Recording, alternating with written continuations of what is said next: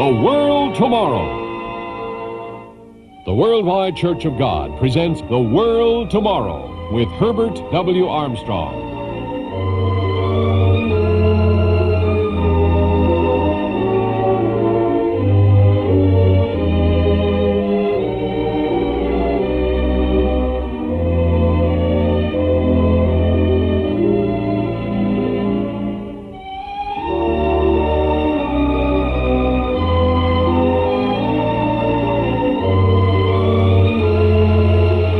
Ladies and gentlemen, Herbert W. Armstrong.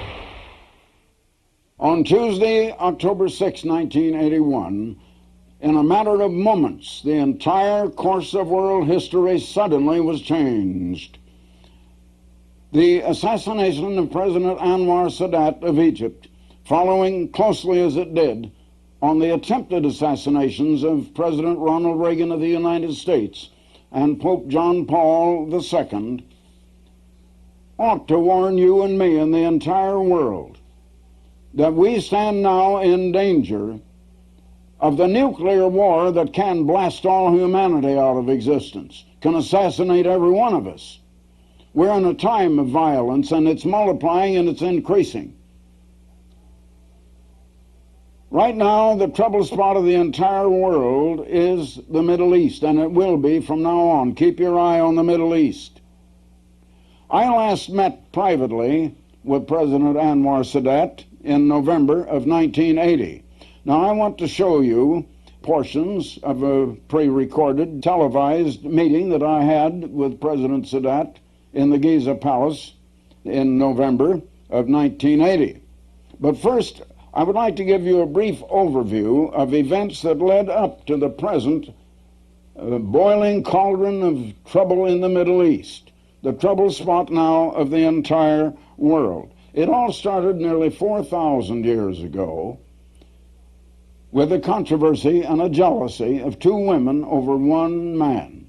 The ancient Abraham of the Bible, nearly 4,000 years ago, was childless. His wife, Sarah, was barren. She brought to Abraham her maid, asking Abraham to have a son by her maid Hagar.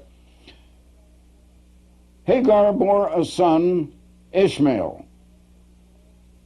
Ishmael became the father of 12 dukes, and those 12 dukes have become did become the father of the entire Arab world of today. The Arabs are descended from those 12 dukes. Afterwards, Abraham, when he was 99 years old and his wife Sarah was 90, by a divine miracle from God, Sarah had a son, Isaac. Isaac was the father of all of the tribes of ancient Israel and of the Jewish nation that we call Israelis over there today. Actually, they are the people of Judah. But now, let me get you to some of the recent events. Of course, there has been struggle from the Israelitish people and the Arabs ever since down to our day. But after 4 wars, in November 20th, 1977, President Sadat, instead of declaring war, this time changed to declaring peace. He took everything into his hands. He risked his life. He literally risked his life, and he paid his life in this assassination. He was the leader of the Arab world. The Arab Union had its headquarters in Cairo. President Sadat had the vision and the courage, as very few men in the world have had, to brave the hostility of the entire Arab world, which he really headed, to go to Jerusalem on a mission of peace and speak before the Knesset in Jerusalem, Israel. The Camp David meetings resulted from that. After the Camp David meetings, Prime Minister Begin had offered to return the Sinai Peninsula back to Egypt. Now, in November 1980, I visited privately with both President Sadat and with Prime Minister Begin. I spoke to a large audience in Cairo, and after that I had a meeting with President Sadat in the Giza Palace in Cairo. And now, from a pre-recorded program, I want to give you portions of that meeting and also of my private meeting with President Sadat. Cairo, a city in a land of contrasts, steeped in tradition, yet longing for progress, tied to the past, but looking to the future. It is ironic that Egypt, the land of the pyramids, physical symbols of permanence, is a land faced with an indefinite future due to the ever-present possibility that war could break out with its Israeli neighbors. Aware of the uneasiness here, of the pervading tension, Herbert W. Armstrong, speaking to some 300 government officials and educators at the Nile Hilton, acknowledged the dangers facing humanity. I'm not going to speak to you very long tonight, but I'm going to speak plainly, because the time has come for very plain speaking, and I've come a long way to bring you this message.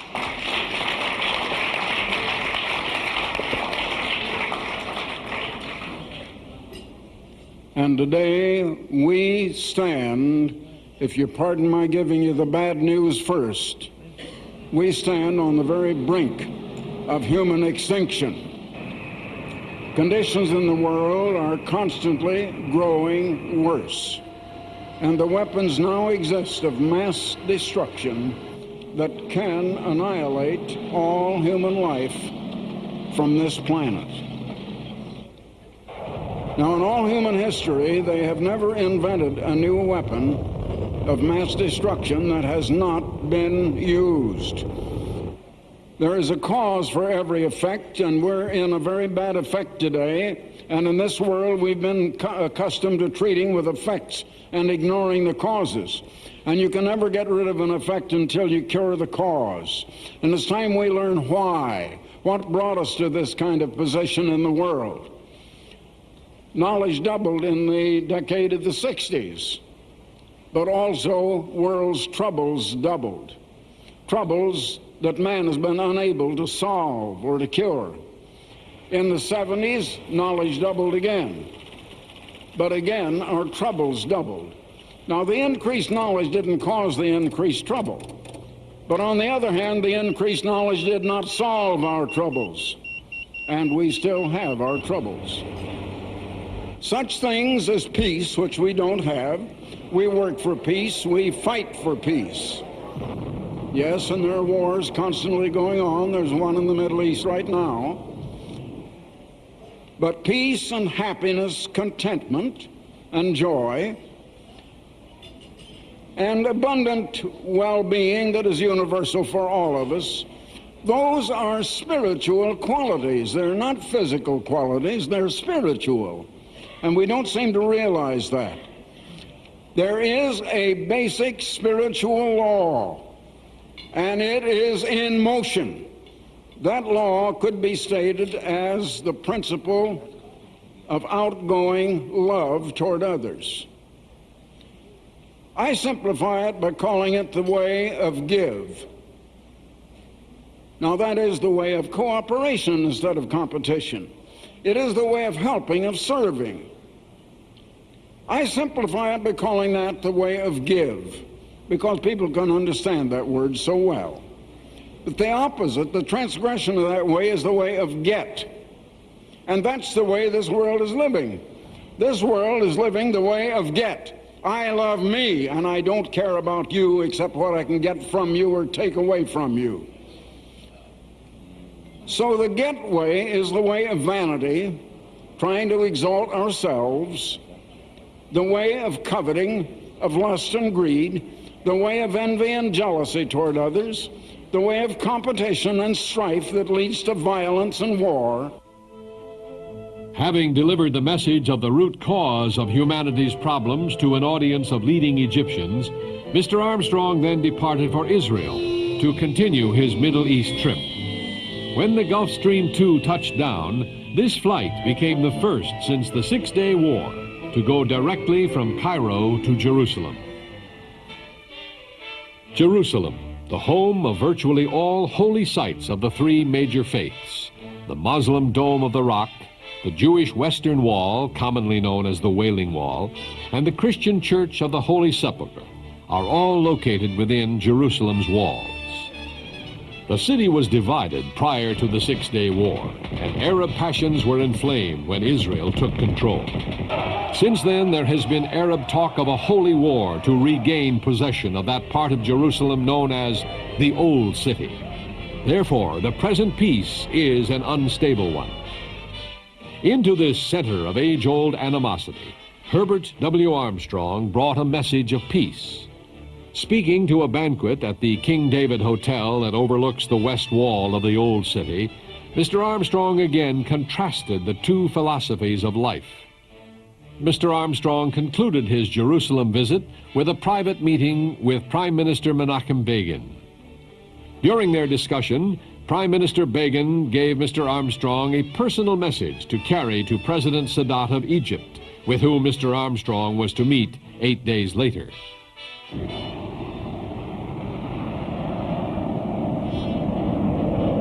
The meeting began with a rather frank appraisal of President Sadat's unprecedented approach to peace. Mr. President, I want to say one thing right straight from the heart. I respect and admire you more than I can tell you, because you have risked everything in an effort for peace. And your heart has to be in it, and it has to be genuine. And not many will do that.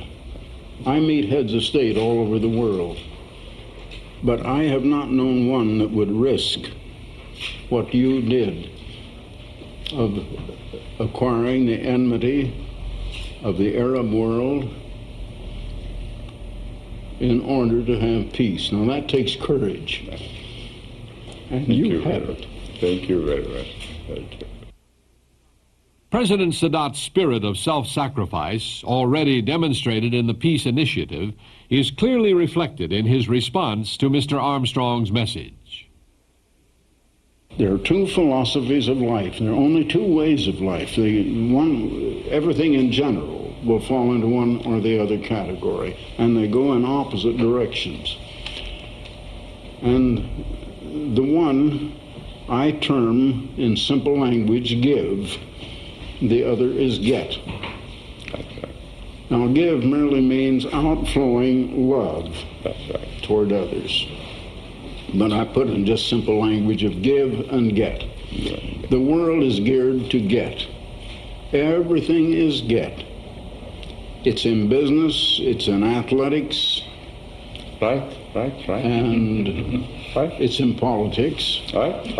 And it's in society. That's right. And it's just in every segment of life. That's right.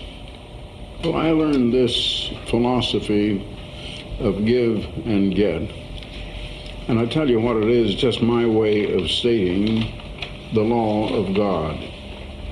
And I think the personage I mean by God is the same personage you mean by Allah. Isn't that correct? Exactly. And that is his law. And you could express it in the more religious language of love, which is outflowing. But I just take it in the more secular word of give and get. And I think that makes it plain to people in all walks of life, whether they are of whatever religion or of no religion. And it expresses the principle of a way of life. It's just a general attitude of mind, an attitude we have toward one another and toward other people. It was at this meeting that President Sadat unveiled a bold new undertaking for the cause of world peace, a proposed $70 million World Peace Center to be built at the base of Mount Sinai. Impressed by the significance of such a monument, Mr. Armstrong offered both moral and financial support for the venture. Even with the vision and personal sacrifice manifested by President Sadat and Prime Minister Begin in their efforts to defuse the many centuries of animosity, a great number of problems remain to be solved before real peace in the Middle East can be a reality. The Palestine problem continues to be stalled in the on-again, off-again autonomy talks. The Arab world also demands that East Jerusalem be returned to Arab sovereignty. The Jewish reply, never.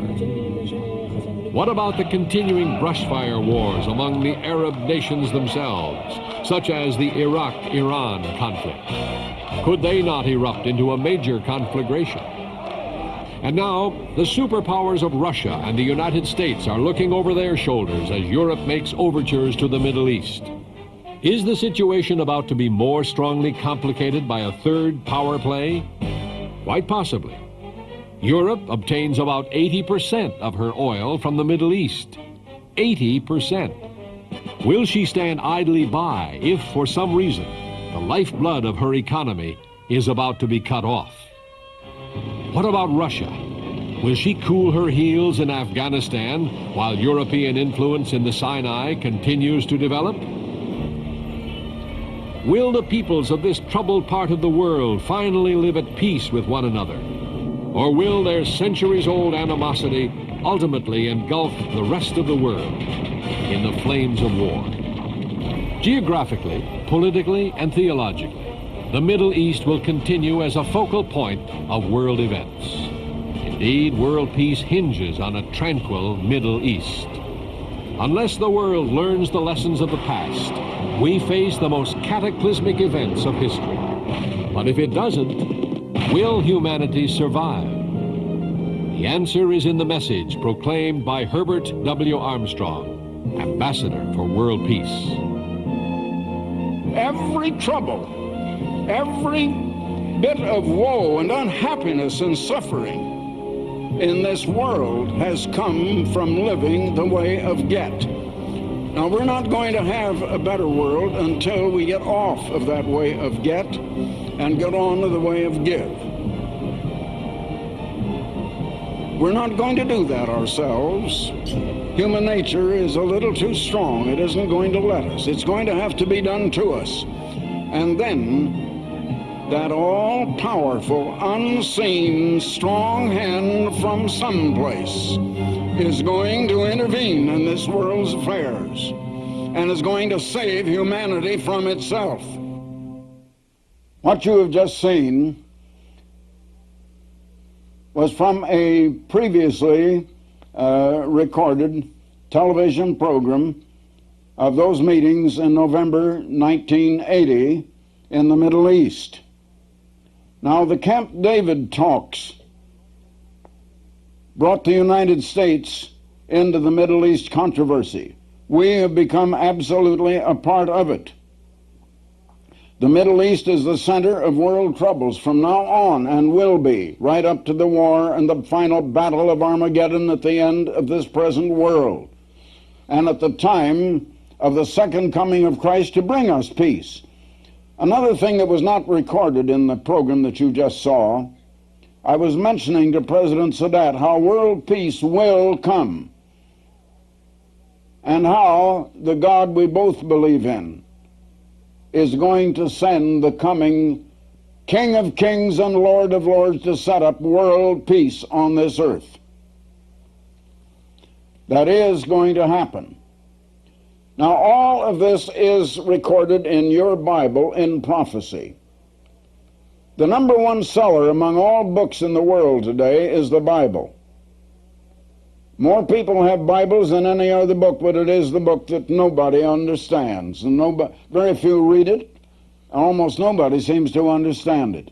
About 1/3 of the Bible is devoted to prophecy. And about 90% of all of that prophecy is centered on events right now and from now on, and much of it that will happen in the Middle East.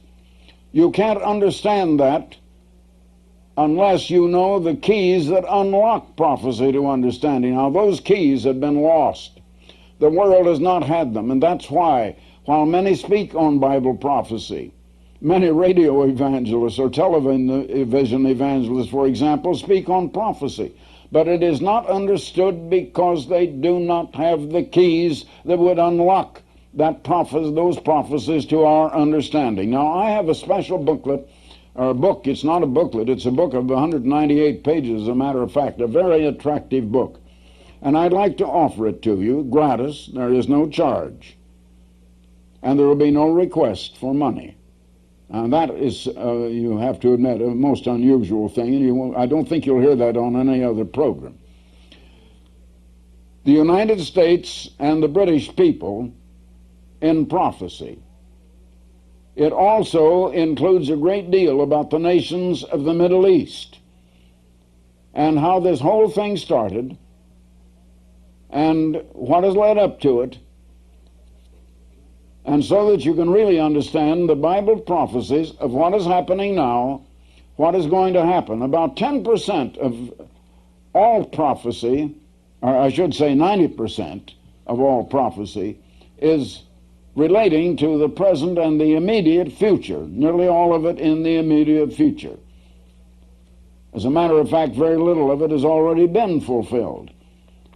The time is now to come to understand Bible prophecy.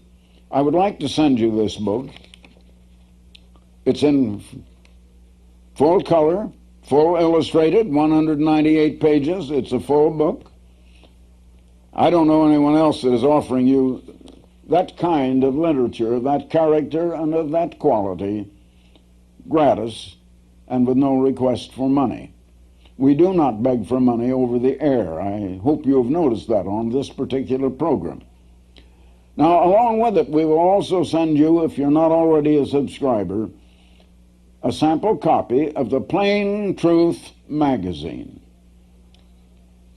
I happen to have here a copy of the Plain Truth. It's a back number at the time that published shortly after my visit to the Middle East in November of 1980, and it has a picture of Mr. Sadat and Mr. Begin on the front cover.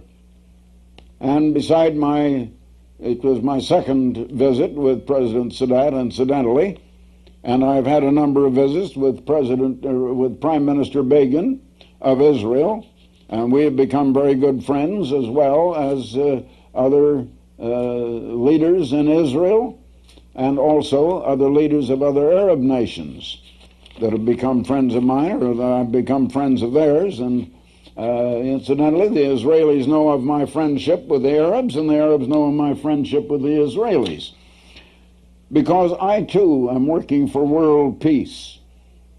Now, Anwar Sadat laid down his life, actually, for world peace. When he took that trip back in 1977 to Jerusalem to speak before the Knesset, he was braving things that very few can realize or understand, and it finally did cost him his life. That's precisely what caused it. He laid down his life for peace. He didn't understand the Bible. He was more familiar with the Quran. However, he was a courageous man, and he was working for world peace. Now, I have known leaders of the world all over this world, kings, prime ministers, presidents of nations, even the two emperors, one of whom is now dead. The only two that we've had in the world of emperors in our time. And I find that they have problems that they are utterly unable to solve. Absolutely unable to solve, clear beyond them. It is going to take that unseen strong hand from some place to intervene in world affairs and to come down and to save us from ourselves, and that is going to happen. I think you need to understand this booklet, and you need to subscribe to the Plain Truth. We'll send you a sample copy, and you can have a full year's subscription, no subscription price. The Plain Truth is an utterly unique magazine. There's nothing else like it. It's a very high-class magazine in full color. And It brings you the meaning behind today's world news, as no other magazine in the world does. It's a magazine of now just approximately 4 million copies of circulation in English, in French and German, Dutch and Spanish. It's one of the mass circulation magazines of the world, and yet it is unique in that it does bring you world news before it happens. We have editors and we have analysts who travel all over the world into world capitals. In our editorial offices, we have the teletypes of at least 3 of the press services clicking off 24 hours a day, just the same as they have in the newspapers and in the news bureaus or news departments of the networks and of many television stations. We have analysts. We have men who are watching world conditions and analyzing them. We have men who understand biblical prophecy and are viewing these things in the light of biblical prophecy. There's no magazine like The Plain Truth. I want to send you a sample copy if you're not already a subscriber. At least 12 million people are enjoying The Plain Truth, and I hope that you will be one of them. Now, all you do for this special booklet, The United States and Britain in Prophecy, and for your sample copy of The Plain Truth magazine, you just send your request to me, Herbert W. Armstrong, Pasadena, California, 91123. Now that's Herbert W. Armstrong, Pasadena, California, 91123. Or you may go to the telephone and call right now. That's much quicker, much handier. And you have a toll-free call. You dial 800-423-4444. Now that's 800-423-4444. And if the lines are busy, please call again, because many calls are coming in. Now in California, Alaska, or Hawaii, you call collect. Area code 213-577-5225. That's area code 213-577-5225. So, until next time, this is Herbert W. Armstrong. Goodbye, friends. For the free literature offered on this program, write Herbert W. Armstrong, Pasadena, California, 91123. In Canada, Box 44, Vancouver, BC. Or in the continental United States, you may call this toll-free number, 800-423-4444. In California, Alaska, and Hawaii, call collect 213-577-5225. If the lines are busy, please try again. The preceding program and all literature were produced by the Worldwide Church of God.